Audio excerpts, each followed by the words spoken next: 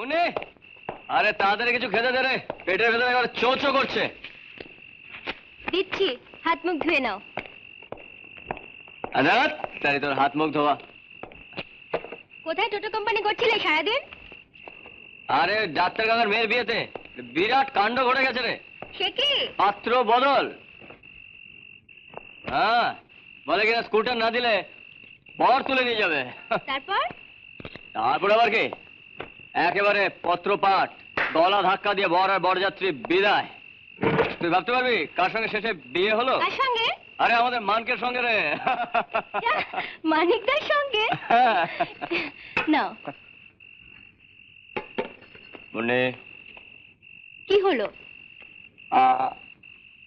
আচ্ছা দাদা, এত বড় ধাড়ি ছেলে হয়েছো, এখনো তোমাকে আমার খাইয়ে দিতে হবে? আমি কি সারা জীবন এই বাড়িতে থাকবো নাকি? তাই ভাবি রে মুন্নি, তোকে যে পরের ঘরে পাঠাতে হবে তাই মনে থাকে না। ওই তোমার আরম্ভ হলো।